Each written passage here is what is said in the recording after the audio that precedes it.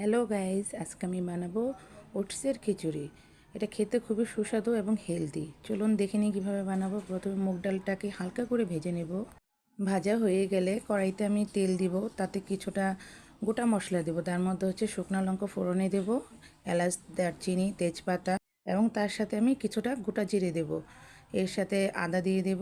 তারপর মশলাটা আমি কিছুক্ষণ কষাবো, ভাজা ভাজা করব। এতে মশলার ফ্লেভারটা খুব সুন্দর আসে। তারপরে এতে আমি কিছুটা কাঁচা লঙ্কা দিয়ে সবজিগুলো সব দিয়ে দেব। সবজির মধ্যে এখানে আমি দিয়েছি আলু, পটল এবং পেঁপে। তার মধ্যে কিছুটা লবণ দিয়ে দেব, তার সাথে হলুদ দিয়ে দেব।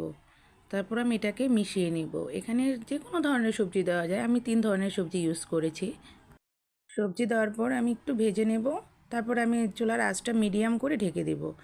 ঢাকনা খুলে দেখব সেদ্ধ হয়ে গেছে 20%। তারপরে আমি মুগ ডালগুলো দিয়ে দেব। মুগ ডালটা দেওয়া হয়ে গেলে আমি এতে পরিমাণ মতো জল দেব। একটু পরপর ঢাকনা খুলে দেখব সবজি আমার সেদ্ধ হয়েছে কিনা, ডালটাও তার সাথে দেখব। 6 থেকে 7 মিনিট পর আমার সবজিটাও সেদ্ধ হয়ে গেছে, ডালটাও সেদ্ধ হয়ে গেছে। তখন আমি এখানে পরিমাণ মতো ওটস দিয়ে দেব। ওটস বেশি লাগে না, 3 থেকে 3.5 চামচের মতো ওটস দেব। কোনটা কতটুকু পরিমাণে দিয়েছি সেটা আমি ডেসক্রিপশন বক্সে দিয়ে দেব। আমি এটাকে নেড়েচেড়ে মিক্সড করে নেব। এখন আমার চুলার আঁচটা আমি একদম লো হিটে করে দেব। পুরোটা মিক্সানো হয়ে গেলে আমি এটাকে ঢেকে দেব। 30 সেকেন্ডের মতো ঢেকে দেবো। ঢাকনা খুলে দেখব ওটসটা সেদ্ধ হয়ে গেছে। ওটস সেদ্ধ হতে বেশি সময় লাগে না।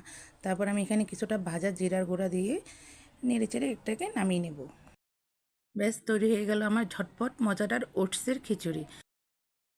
পরিবেশনের জন্য একদম তৈরি আমার গরম গরম খিচুড়ি। ভিডিওটা যদি সবার ভালো লাগে, সবাই একটা লাইক করে দিবেন। ধন্যবাদ সবাইকে।